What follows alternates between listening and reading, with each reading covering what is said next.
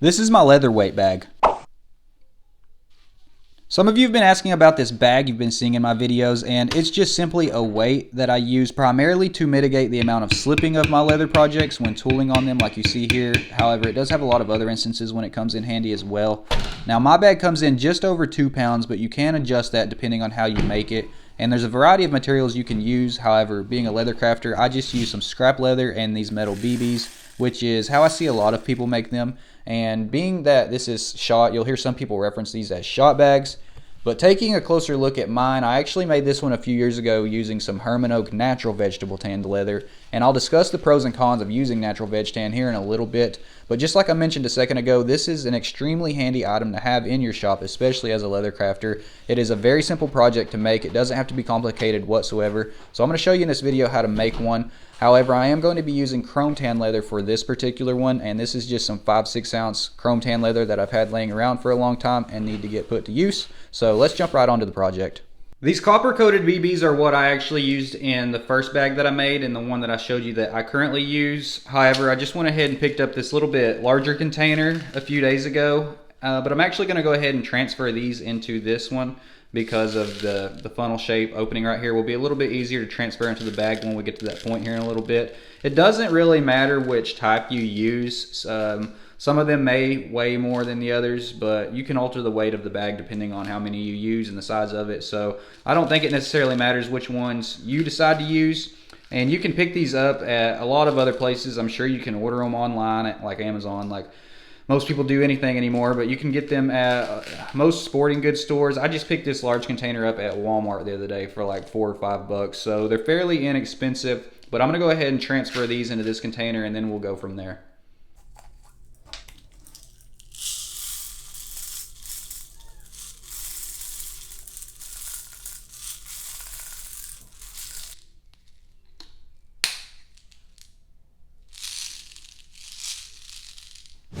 So I will be using leather to make this. I have heard of people using denim, so that is an option, and I'm sure there's a lot of other options out there as well.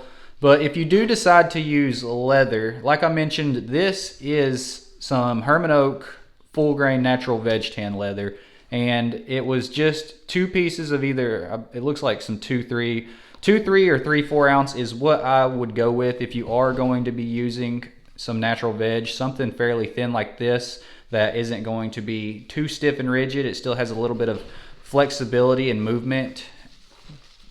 The one thing that I will say, if you do use natural veg, as you can see, this is a brand new piece that hasn't been touched, and this is an aged piece, because natural veg tan, it will absorb and soak in oils, moisture, all kinds of stuff. And so as you can see here, this actually has a little bit of moisture in it right now. So that's one thing to be aware of. If you use this to work on projects like tooling projects like I have, that natural veg will kind of draw some of that moisture out of your tooling project. It's not completely detrimental. Like I said, I haven't switched. I've been using this for 3 years now, and I've not really had any crazy issues. It isn't that big of a problem, but that is something to consider, is this will get really dirty because natural veg will absorb and soak in pretty much anything it comes into contact with. So that is something to be aware. I do like the structure of natural veg though.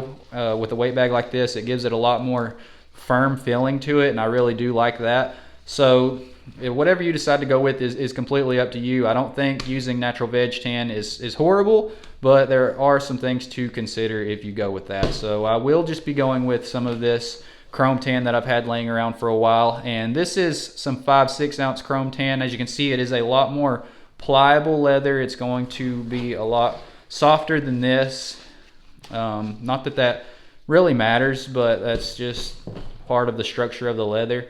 And a 5-6 ounce weight in this chrome tan is a good weight, I believe. It has, you don't want to go super thin on this because it is a lot more thin. I feel like another thing when you use veg tan, being that it is a lot more firm and has a lot more body to it, something that I've heard some people say is you might have some threads bust open over time, or the BBs in it, the leather, it might not be strong enough to hold the weight of the BBs inside of it. I've not had any issues with this.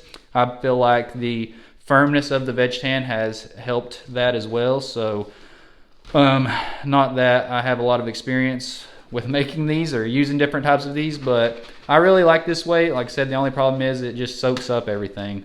But let's go ahead and start cutting this up and actually putting this project together.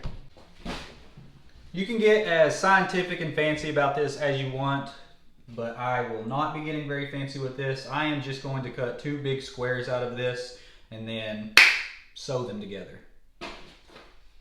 Speaking of this coming in handy, I use this way for instances like this all the time. It's perfect.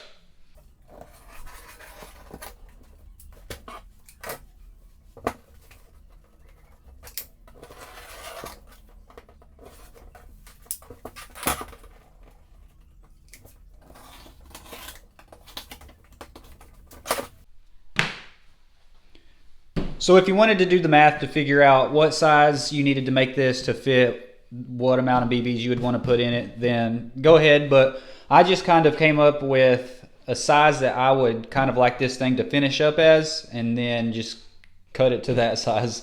Just pretty crude. But this is what we have now. I have 2 rectangular pieces, if any of you are interested in exactly what size they are. Very roughly 4.5 by 5.5. So 4.5 by 5.5, 2 rectangular pieces. And what I'm going to do is just pretty much sandwich them together. I'm going to make this one just like I made that one right there, like this. I don't really know if there is any benefit going with the flesh side out over the grain side or the rough side. If you did want to make this where, let's say it finished like this, but unlike that, the seams were hidden on 3 sides, what you would do is actually put the faces together like this, sew these 3 sides right here, and then flip that inside out where it would be like that then, and the top side would be open, but all of those seams would be hidden on the inside, and then you could fill it up and sew it across the top, and you would only have 1 stitch line that you could see like that. The rest would be hidden on the inside. Then that's just, I don't know again if that is if it's better to do it like that or not, but if you want to do it like that, go ahead. I am, however, just going to, I'm actually going to use some double-sided tape. You could glue these if you want. On that one, I didn't glue or use tape or anything. I literally just put it like that, ran my sewing machine around it, filled it up, and then finished the stitches. But I am actually going to use some tape on this just because I want it to stay together, because I did cut these right to shape and I don't want to do a lot of trimming. So I'm going to tape these edges up, put them together, and then I'm going to go sew them on my sewing machine. You can easily hand stitch these and it wouldn't be an issue at all. But just for time's sake, and because I got one, I'm going to run this thing through my Cobra Class 26, and this is literally maybe going to take 10 minutes to finish, so let's just get right on to it.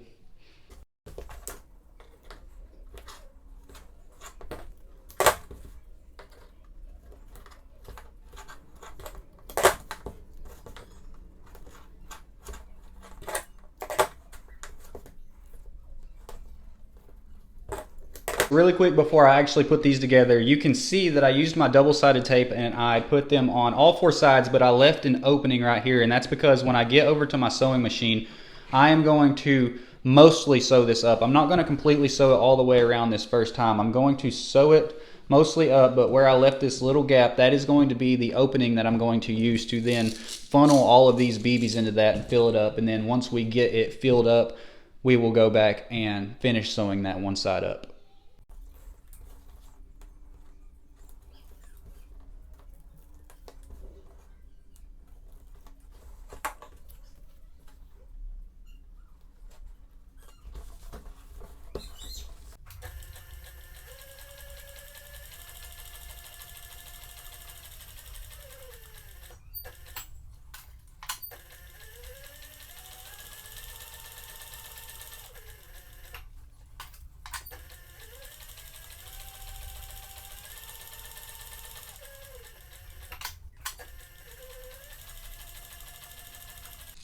There may be a better way to do this. I'm sure some of you guys are yelling at your screen right now, talking about how dumb I am, but just whatever it takes to get these things in there.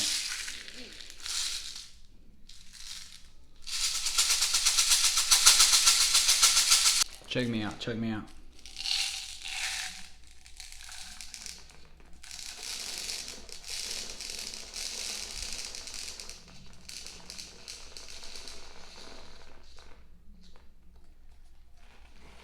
Well, it's not full, but we got more BBs, so.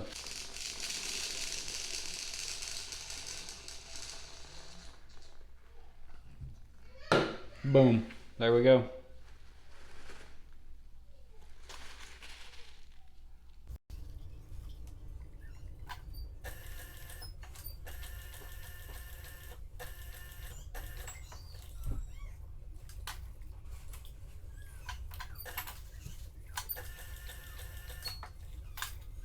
And just like that, we have a brand new weight bag. This thing looks looks brand new. So this thing, I actually weighed it and it came in just over 2 pounds as well. So if that's about the size you're going for, then this is probably a good reference. And I would say there's probably 25 to 2,600 BBs in this. But again, this is very handy. I believe most leather crafters could benefit from having something like this, and it's a super quick and super simple project. You don't have to overthink it. It's about as easy as it gets. So I appreciate you guys for watching. If you got some benefit out of this video, then make sure to leave a like and go subscribe to the channel if you want to see more content going forward. I really appreciate you guys, but till next time, we'll see you.